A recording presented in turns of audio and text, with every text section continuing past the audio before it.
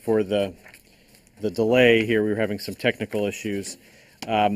We're pleased to be joined today by Brigadier General Anderson, Canadian Armed Forces, serving as part of our coalition efforts in Iraq, helping to do the training leading up to the battle for Mosul and beyond. General, just want to make sure you can hear us and we can hear you.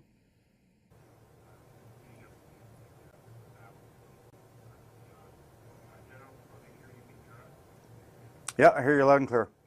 Great, sir. Thank you. We'll turn it over to you for any opening comments you have, and then we'll take questions from the reporters here on this side. Over to you, sir.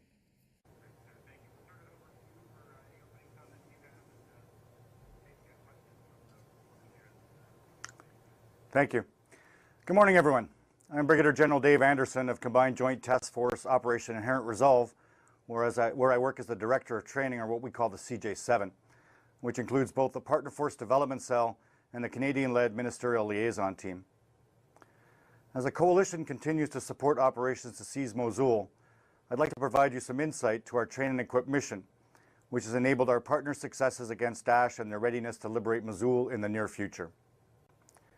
Just over a year ago, Daesh controlled 18% of the population, to include the Euphrates River Valley from the Syrian-Turkish border almost to the edge of Baghdad province and the Dorit city of Ramadi.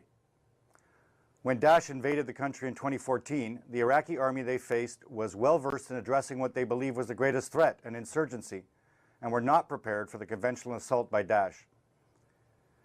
We watched Daesh assault Iraq with massed fighters, convoys, and heavy equipment, taking thousands of kilometers of terrain and driving millions of people from their homes, and my directorate is the Coalition's hand in ensuring that it is never repeated. With the establishment of the Combined Joint Task Force, the operation focused on two main goals: train and advise Iraqi security forces and enable military defeat of Daesh, most often illustrated in the more than 15,000 airstrikes systematically targeting military commanders, weapons facilities, tactical units, media centers, and revenue-producing oil refineries. Concurrently, the Iraqi forces were reconstituted, and my directorate began executing an ambitious plan approved by the government of Iraq to train and equip the Iraqi security forces at 5 different building partner capacity training sites, or BPC sites, across Iraq. Our training shifted away from a counterinsurgency approach towards a more combined arms maneuver approach by teaching the Iraqis how to integrate infantry, armor, artillery, engineers, aviation, and other combat multipliers to achieve an overwhelming advantage on the battlefield. In addition to the 5 training sites located at Al-Assad, Taqadum, Taji, Besmaya, and Baghdad, Partner Force Development has grown significantly to manage the Iraq Train and Equip Fund, or ITEF. These funds are available to provide assistance to Iraqi military and other security forces to include training, equipment, logistics support, supplies, and ammunition. ITEF equipment is ordered based on documented requirements and is distributed according to operational priorities. This provides the commander with the sustainment flexibility and has enabled U.S. and coalition forces to offer basic proficiency in combat training to more than approximately 45,000 Iraqi forces to date. Since its inception in 2015, the fund has expended close to $1.6 billion to train and equip over 54,000 members of the Iraqi security forces, including over 26,000 Iraqi Army soldiers, 8,500 counterterrorism service soldiers, 12,000 Peshmerga, and over 5,800 federal police and border security soldiers. I'd like now to go ahead and answer the anticipated question of whether the Iraq security forces are ready for Mosul, by first confirming that each brigade that will participate in Mosul will have completed some coalition training. And then I would like to describe broadly what is accomplished at these BPC sites. To date, the coalition has trained 12 brigades, which includes anywhere from 800 to 1,600 troops, with a varied period of instruction depending on the type of capability that the brigade needs. We provide these brigades with individual equipment packages that include personal protective equipment such as body armor, helmets, and M16s. Each unit also receives a complement of up-armored and soft-skinned vehicles. Training of the Iraqi security forces and anti-ISIL forces includes a tailored approach based off of the needs of the unit and at the request of the government of Iraq, and is informed by coalition advice. One example is an 8-week curriculum, which includes counter ID techniques, observation topography, leadership, map reading, mechanized weapons, chemical training, squad formation tactics, machine guns, basic mortar, urban operations, weapons handling, night training, and squad level tactical training. Other shorter packages could be tailored to focus other specific skills, such as offensive building searches, booby trap clearance, combat medics course, and advanced marksmanship. Iraqi forces that have been trained at the BPC sites have demonstrated greater resilience than those not trained at BPC sites. And these taught tactical formations are at the vanguard of counterattack operations, demonstrating that the Iraqi leadership regards them highly. The Iraqis have proven time and again they can and will conduct complex and decisive operations, and that they have the will to defeat Daesh. Right now, the Iraqi security forces continue to clear and secure the Jazeera Desert, recently liberating the town of Abu Diab north of Ramadi and the Dulab Peninsula. Plans being finalized for the Mosul liberation, while shaping operations, positioning of forces, logistics and ammunition, and the relentless employment of coalition strikes all set the stage for success in Mosul. Following the inevitable liberation of Mosul, it will take an estimated 30,000 to 45,000 hold forces for such a large city, employing local police who will serve as the face of security for Iraq. We have stepped up our emphasis on police training and recruiting tribal forces, adding 5,000 local police and over 20,000 tribal fighters. These men will be the key to holding gains and protecting the newly liberated Iraqi citizens, and soon over 1 million more to be freed from Daesh oppression in Mosul. Identifying, training, and equipping the police forces is currently my directorate's top priority, as we see the final Mosul Brigade has just entered BPC training. Just this week, the ministerial liaison team participated in a military police chiefs conference from the 5 recently liberated provinces to discuss their plan for police forces of all kinds and how we can assist them.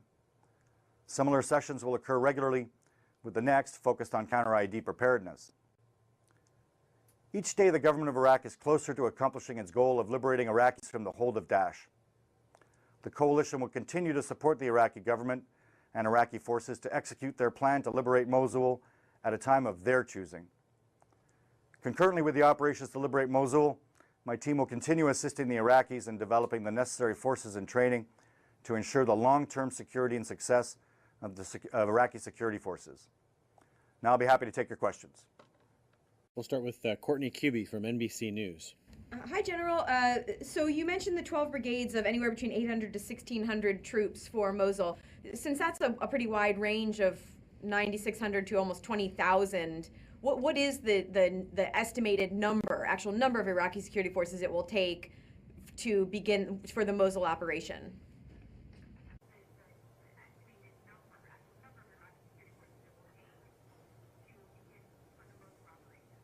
Well, first of all, it's the government of Iraq's plan to take Mosul, and second of all, I'm not going to go through the specifics of the troop numbers.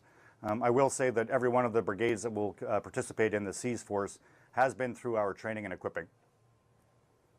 The final brigade is going through the BPC training right now?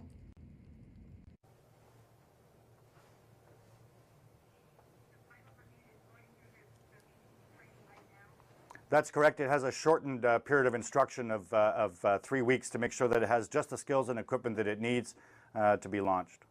And when will that 3 weeks be completed?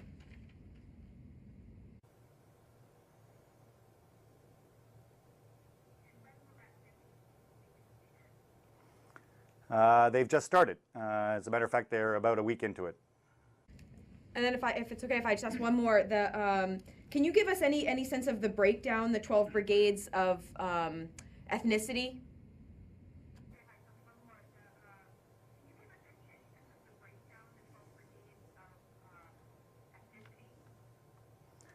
Actually, I don't know specifically the ethnicity of each of the brigades. I actually don't. I know that within local police forces, we strive for and achieve about a 50-50 split between Sunni and Shia. But I honestly don't know what the ethnic background is. And you know what? It's not really all that important because nothing unites a force like a common enemy, particularly one that's as evil as Daesh is. I'm sure that they're united in their fight and united with one single goal, which is to defeat Daesh and defeat their fellow citizens from its oppression. Okay, great. Next, we'll go to Carlo Munoz with the Washington Times. Hey, sir, thanks for taking the time to do this. One quick question on the 30 to 45,000 member hold force. You said that's going to be consisting of local police and sort of tribal militias or paramilitary forces.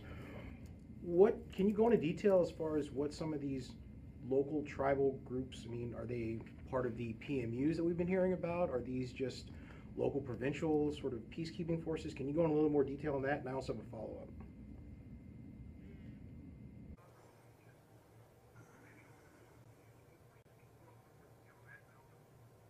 Yeah, sure.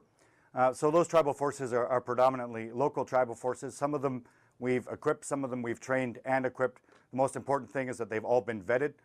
Nobody goes through our equipping or training without being vetted. The important thing is that they're local, and that is the key, particularly for Mosul and the Maslawis who are about to be liberated. It needs to be people from the area and of the area.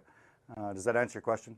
It does, sir. And also, just a quick question on what you just said earlier. You said nothing sort of unites these forces like a common enemy. Now, we've heard repeatedly that with the defeat of Daesh in Mosul, that pretty much is going to not wrap up the coalition mission there, but it's sort of one of the last remaining priorities to defeat Daesh and Iraq. Now, with that defeat, there goes your common enemy. So I guess how are you training these hold forces to kind of maybe address some of the issues that could come up when, you know, Daesh is defeated in Mosul and some of the old sectarian rifts sort of start re-emerging there?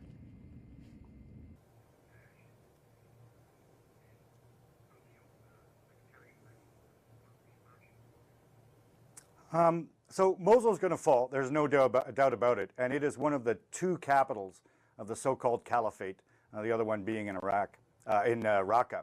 But the fall of Mosul does not mean that Daesh is defeated by any stretch of the imagination. It just means it's defeated in its current format.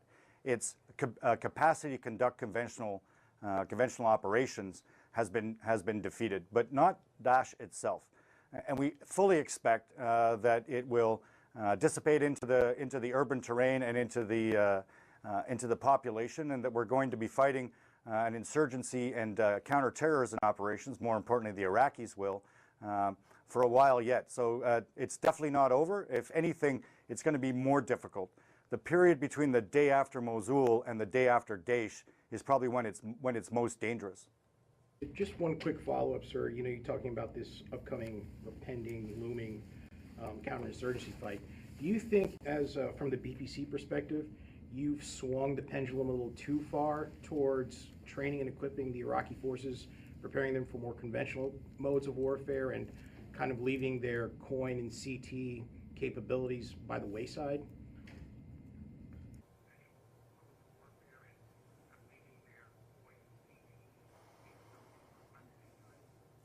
That's actually a very, very astute question.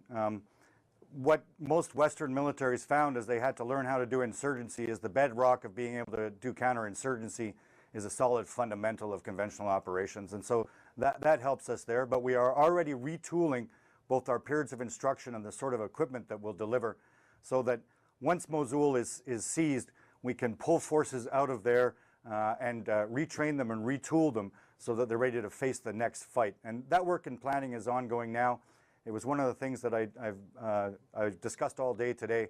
I'm in the middle of a 3-day conference I'm co-chairing with the Ministry of the Interior, with the police chiefs of 5 different provinces and all the key leadership in the Ministry of the Interior. And literally what we've been talking about is how do we position police forces and Minister of Interior forces in order to be able to fight the enemy the day after Mosul and its new metastasized form, I guess.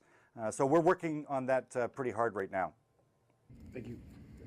Next to Kasim Mileri with Turkish Anadolu News Agency. Hi, General. Thanks for doing this. My question will be, well, one of my questions was actually covered, but about Shia militias. To what extent the Shia militias are also trained by you guys and also will take part in this operation? My first question. I will have a follow-up.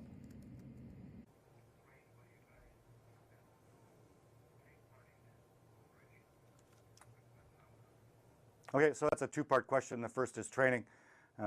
Anybody that we train or vet or equip must be vetted, and the only people that receive training or equipment from us are those that have been vetted. So the only militias we've trained are those that have passed our vetting process.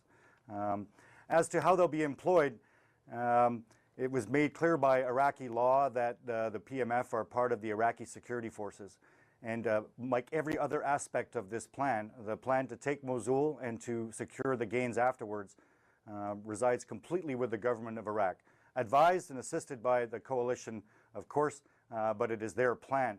So it is Prime Minister Abadi's plan on how the PMF are going to be used in either the seizing or the securing of Mosul. And also, we saw in Ramadi, we saw in Beji that there was a very devastating destruction after the coalition recaptured these cities from Daesh. Have you also trained those troops and also those conventional forces or those local forces not to destruct the infrastructure of the city so that the people could return? That's one. And second, is there any kind of missions that you also trained about, like some kind of dealing with the refugee spillover from the city?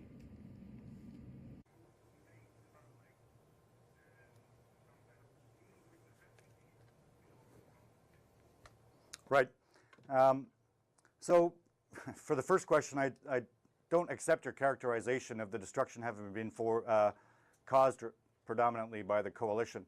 I think that we can point the finger very firmly at Daesh and the substantial wreckage that they leave behind them with placing IEDs in every single house and things like that, destroying bridges. So the vast majority of the destruction that we saw in Ramadi and places like that was actually caused by the enemy. As to special training to dealing with refugees, soldiers are the same everywhere, whether they're Canadian, American, or Iraqi. At heart, they're citizens themselves, so they don't see refugees. What they see is Iraqi citizens. This was actually discussed today in the police conference that I was in, where it's not about internally displaced people. It's about Iraqi citizens.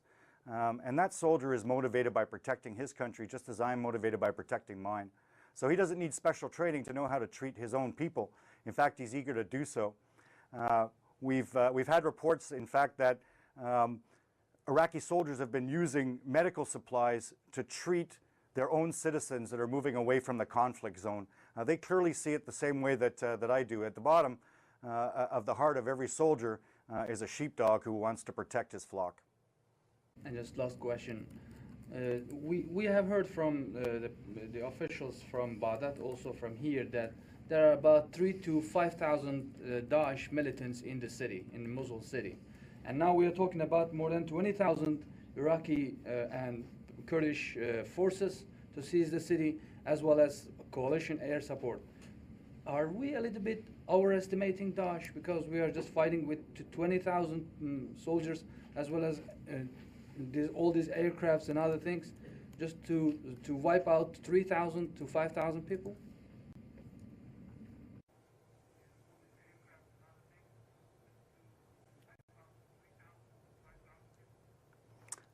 Two things. First of all, I haven't characterized the total number of forces that will be involved in the fight to seize Mosul, and that's clearly the business of the government of Iraq. And second of all, the only thing better than winning 7-0 is winning 100-0. There's no point in leaving anything to chance here. Overwhelming odds always helps. Nobody's looking for a close game or a tie in war. Thank you.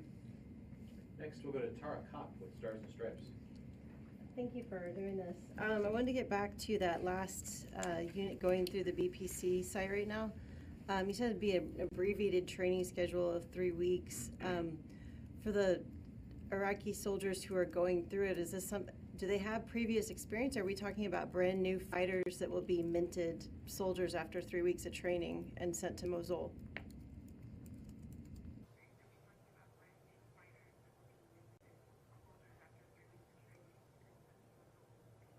No, they're definitely not brand new soldiers, and they're soldiers that have been used in operations elsewhere. This is just a tune-up for some specific skills and to top up their equipment before they go. They're definitely not brand new soldiers. Right, and the tune-up, as you put it, what sort of things will they be learning that are specific to the Mosul fight?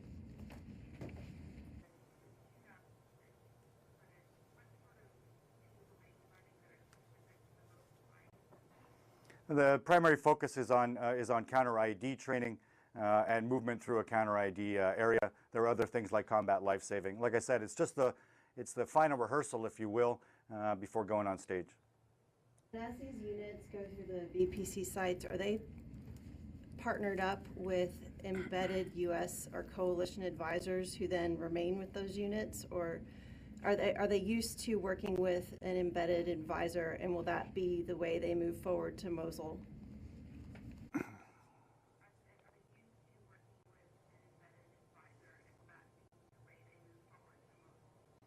No, that's a great question. We've got about 700 coalition soldiers that are involved in the building partner capacity sites. There's a separate enterprise that does advise and assist. And as you know, the advise assist has predominantly been at the brigade level. And so the advise and assist teams link up with the brigade leadership as they go through the training. That's the beginning of the relationship. We haven't trained these 12 brigades in the last 6 weeks. And so a relationship is developed already before the advise and assist teams and the brigades, whichever ones are chosen, that are involved in the attack to seize Mosul. Is that advisor then, or those advisors remain with the unit as the push towards Mosul continues?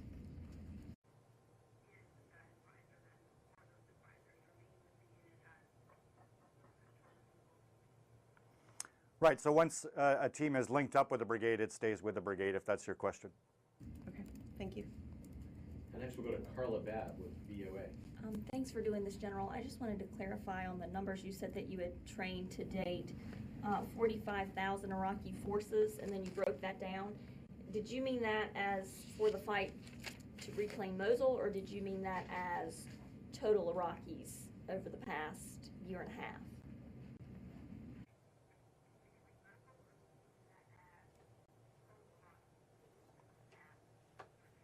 Yeah, I meant in the total. I'm not going to talk about the specific numbers that are going to go into Mosul. That doesn't make any sense at all. I mean, I'm not the only person watching this show. My wife isn't the only person watching this coverage. So we won't talk about the specific numbers. I've talked about the people that we've actually trained. I would say that you are at a number of trained Iraqi forces that the Iraqis and the U.S.-led coalition feel can retake Mosul at this point.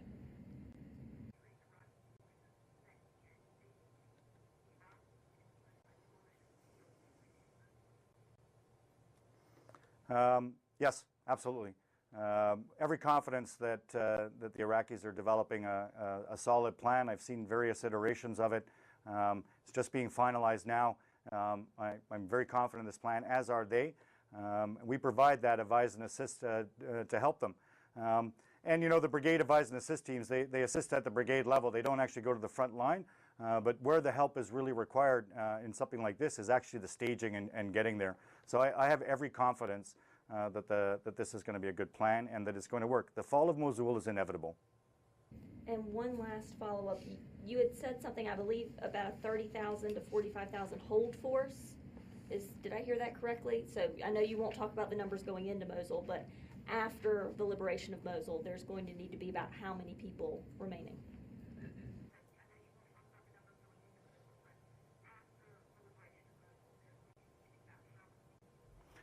Yeah, I did say 30 to 45, and that's based off some historical analysis of what the ratio is between security forces and a population in order to provide security in what we call wide area security. And at first it'll be larger because we'll be cleaning up the last bits of Daesh and waiting to see how it manifests itself in its new role, and then we'll find the balance. Excuse me. And there's a balance, of course. You can't win a football game by only playing defense. You got to play offense as well. So it's finding a balance between forces required for defense and making sure you have enough to go on the offense. And I have every faith that the Iraqis are looking at that and will get it right. Next to Louis Martinez with ABC News. Hi, General. Thank you for doing this briefing today. Can I ask you about those? You said that these hold forces are going to be locally drawn from local populations, and that they've been vetted so far. Where did you get these local populations? I mean, are they from people who used to live in Mosul? Did they remain in integrated units, or did you do recruiting to vet them to make sure that they were from the Mosul area? How are they local?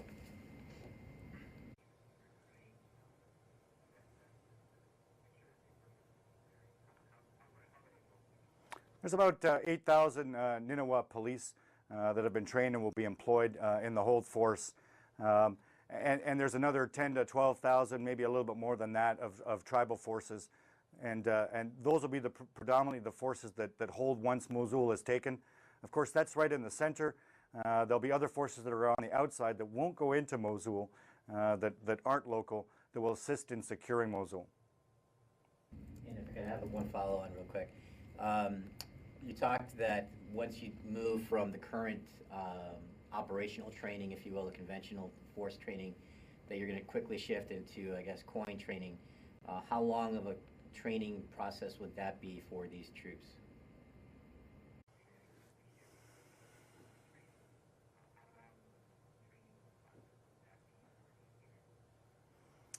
It'll depend on, what we do is we discuss it with the unit commanders and with the senior leadership in the MOD, sort of the Ministry of Defense or the Ministry of Interior, if that's the sort of forces that we're training, to determine what their needs are. Baseline period of instruction that we prepared is 4 weeks that enables them to reorient the skills. It's not acquiring new skills, it's about acquiring new ways in which to use those skills, which is why the transition from conventional to coin is actually easier to do than from coin to conventional. All right, next we go to Thomas Watkins with the North Express. Hello, General. I missed just a couple of minutes of the briefing, so I apologise if you were already asked this. But there was an apparent coalition airstrike this morning that killed about 20 Sunni tribal fighters. I was wondering if you have any details you can share with us on that, please.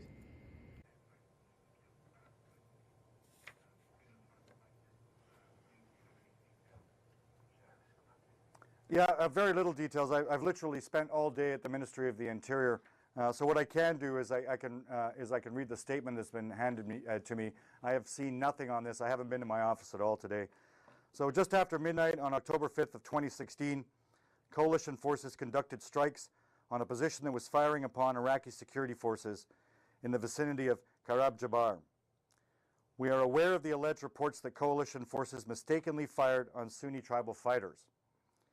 As with all allegations received, we are looking into this to determine the facts that surround the case. Prior to a full accounting of facts, it would be premature to speculate further on this incident. Both the coalition and the Iraqi forces are investigating this incident. We take extraordinary precautions to avoid friendly or civilian casualties, applying rigorous standards in our targeting processes, from a comprehensive analysis of all available intelligence to a careful selection of munitions. And I'm sorry, that's literally all that I've got. Just a quick follow-up. I understand what you just said, but do you have any indication of the numbers of casualties and whether there may or may not have been any civilians involved?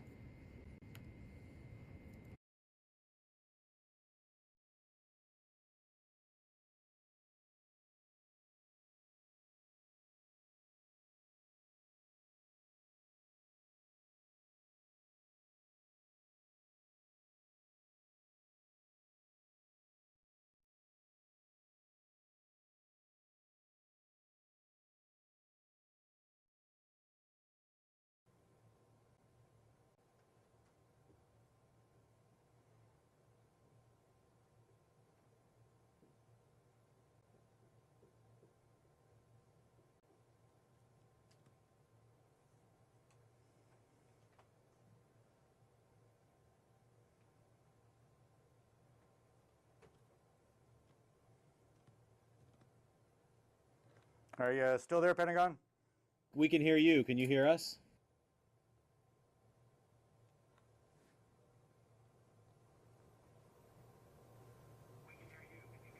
No, I'm not here. I can hear you now.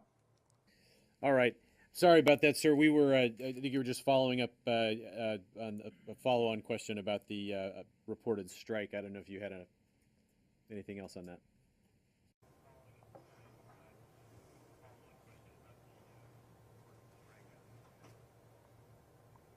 No, and I didn't hear the question, but it wouldn't have mattered because my answer won't change. Literally, I've given all the information that I have. I don't have any more information than I've already given.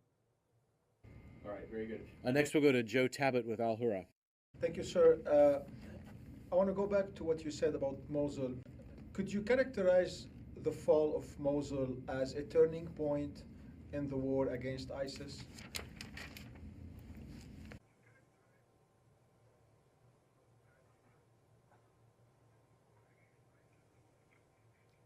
I think that's a very elegant way to put it, because I think it leads to the inevitable end of Mosul in its ISIL in its current configuration.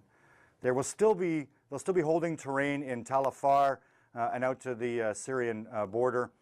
They'll still be holding terrain in the western part of the ERV in Iraq, and of course they still have the capital of their so-called caliphate in Raqqa. But it is the beginning of the end. And they know that. We've already seen signs of leaders abandoning their posts in Mosul because they know what's coming. They know that Mosul's going to fall. Quick follow-up, sir. Do you see with the fall of Mosul any effect on the operations against ISIS in Syria and mainly in Raqqa?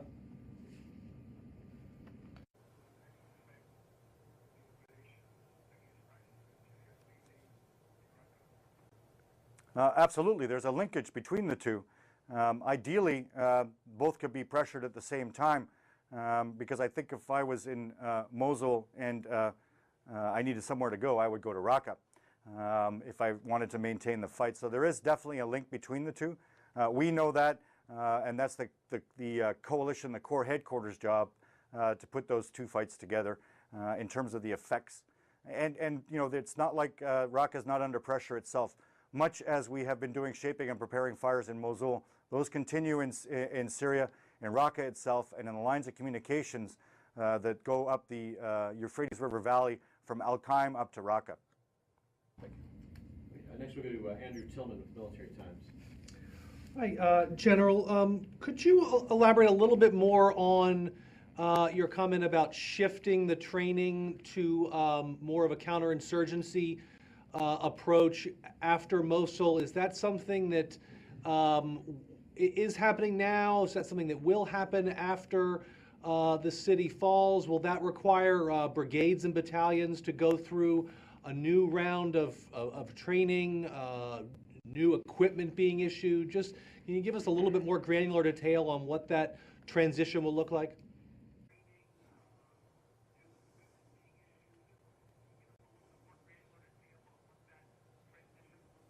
Yeah, it's a little bit of all of that, and we're working with the Iraqi officials now to determine what the sequence it is that they want to do. Do they want to train local and police and tribal forces first, and then army forces, or the other way around?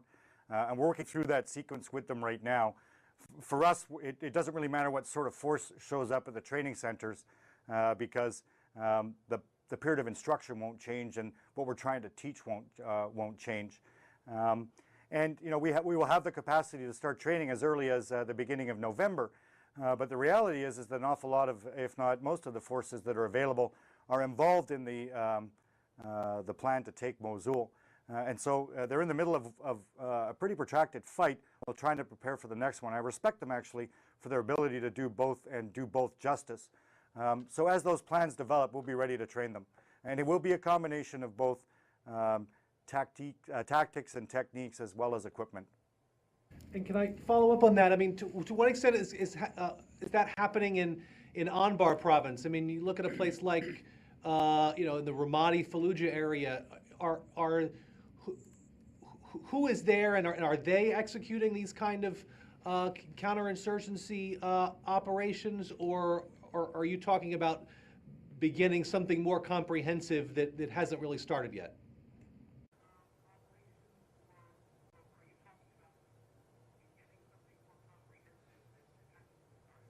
Yeah, it's a great question. So in essence, everywhere where the Iraqi security forces have made gains, they've had to secure that ground. And they've had to secure that ground against harassment from Daesh. So you could argue that they're conducting the defensive portion of counterinsurgency or counterterrorism operations. And the enemy is not completely flushed out from the Euphrates River Valley. There's still work to be done west of the Dulab Peninsula all the way out to Al-Qaim.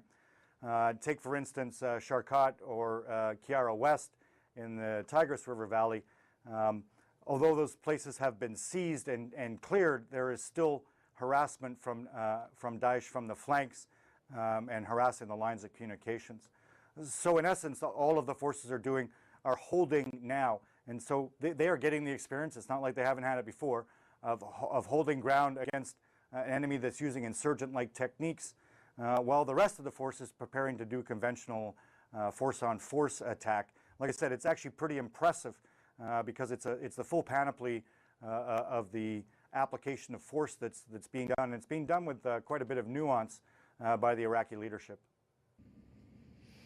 We made some follow-ups. Courtney Cuby, NBC News. Thanks. Just one quick one back on Mosul. You've mentioned several times the extensive planning that's going on for post-Mosul, for after the city falls. I understand it's an Iraqi operation, but what is your estimate in all these planning meetings? What is your estimate for how long the operations will take, for a rough estimate of how long it will take to actually secure the city and then clear it?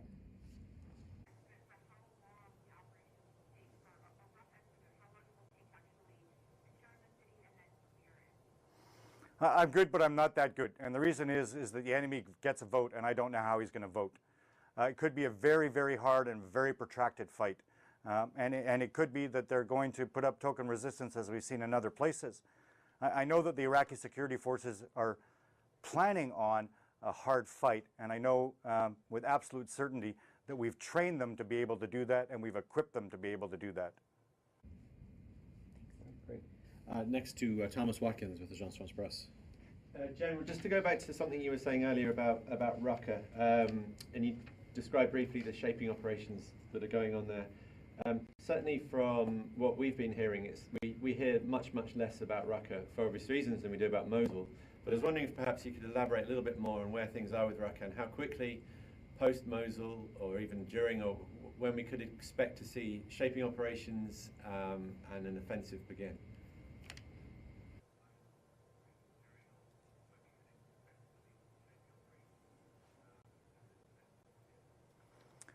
The shaping operations in terms of coalition fires have already started, and the pressure has already been placed on Raqqa.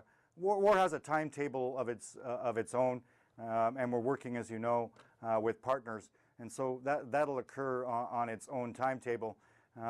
Raqqa is under pressure, and we're continuing to make a difference in terms of their logistics, in terms of their VBID factories, their command and control nodes. And that's the way that the coalition can keep the pressure on while we're waiting for our partners to develop their plan and launch their attack at their time of their choosing. Just anticipate Raqqa to be as difficult as Mosul, or totally different, or what's your forecast?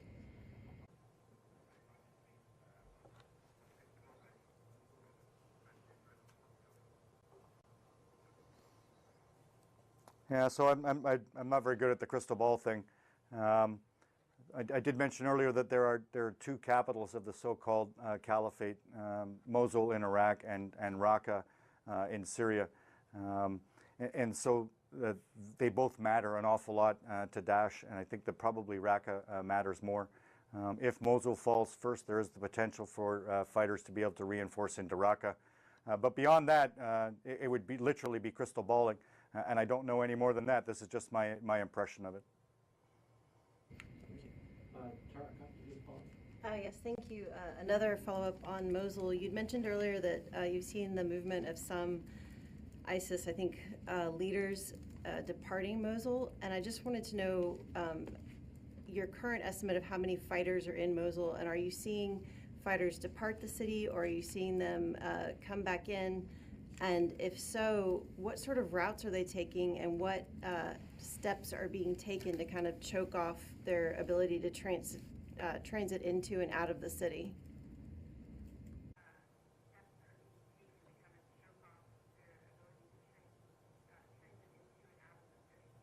So the estimates that were quoted earlier by one of your compatriots, 3,000 to 5,000, that's probably about right. In terms of the details of what's happening, my job is actually to train Iraqis to go and kill them there. My job is not so much to figure out what they're doing there. I'm pretty satisfied with the job that we're doing in terms of training and equipping and getting the Iraqi security forces ready to do their job. And we'll wait and see how Daesh responds. The Iraqi security forces are trained and equipped to deal with them no matter how hard they want to stand, and are ready to respond to any of the variations beyond that. And one last one on the equipping. Could you just outline specifically what equipment the forces have received that specific to the Mosul fight, whether it's, mine rollers or whatever it might be?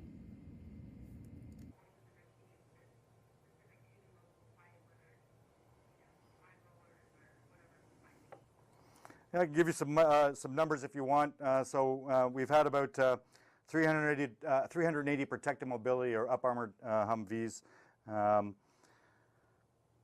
60 plus dozers that are up armored dozers. We've already brought in a total of six bridges, with more on the way, with some up armored non-tactical vehicles. So in essence, we've given them everything that they need to be able to shoot, move, and communicate, which is all that you need to defeat an enemy. And I just want to go back to how good these guys are. And one thing, when you're playing a team sport, you don't have to be better than the guy next to you. You just got to be better than the guy you're facing. And I have every confidence that the Iraqi security forces are better than Daesh. And Carl Williams. Sir, just had one quick follow-up question again, going back to the PMFs. You mentioned that non-local forces won't go into the city, but will be used to sort of secure the perimeter outside of the city. Have any of those groups, non-local militia groups, received training and or equipment via the BPC mission? And if so, were any of these militias part of the 40 plus we've heard that are under the PMU banner that the Iraqis have sort of established?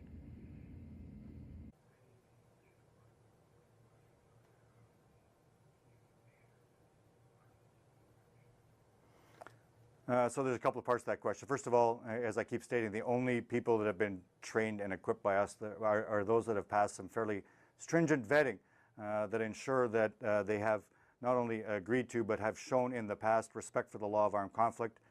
There have been no human rights abuses, have not acted against the coalition or coalition members beforehand. So we're very, very careful about that. You mentioned the 40-odd PMUs. Those are the various units that have been raised by the provincial mobilization committees that the government of Iraq has decided are part of the Iraqi security forces. We're very clear on who it is we train and equip, and he gets to decide who is employed where. We've been given assurances that it will be predominantly, if not only, local forces that do the hold inside Mosul once Mosul falls. But ultimately, this is a question for Prime Minister Abadi and the Iraqi government, because this is their plan. What we're doing is we're assisting them, we're enabling them, and we're helping them with training and equipping their soldiers. Anybody else? Going once, going twice. General, thank you very much for your time today. And any closing comments you had for us before we sign off?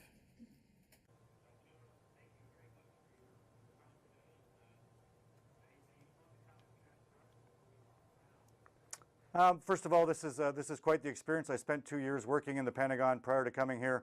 I watched this on closed circuit TV in my office, and I always felt sorry for the guy that was standing up in front of the camera. So now I've been that guy. So thank you very much for that experience. But on a more somber note, I have every faith the Iraqi security forces are going to get this right. I really do. Mosul's going to fall. Thank you very much, General. Thank you, everybody.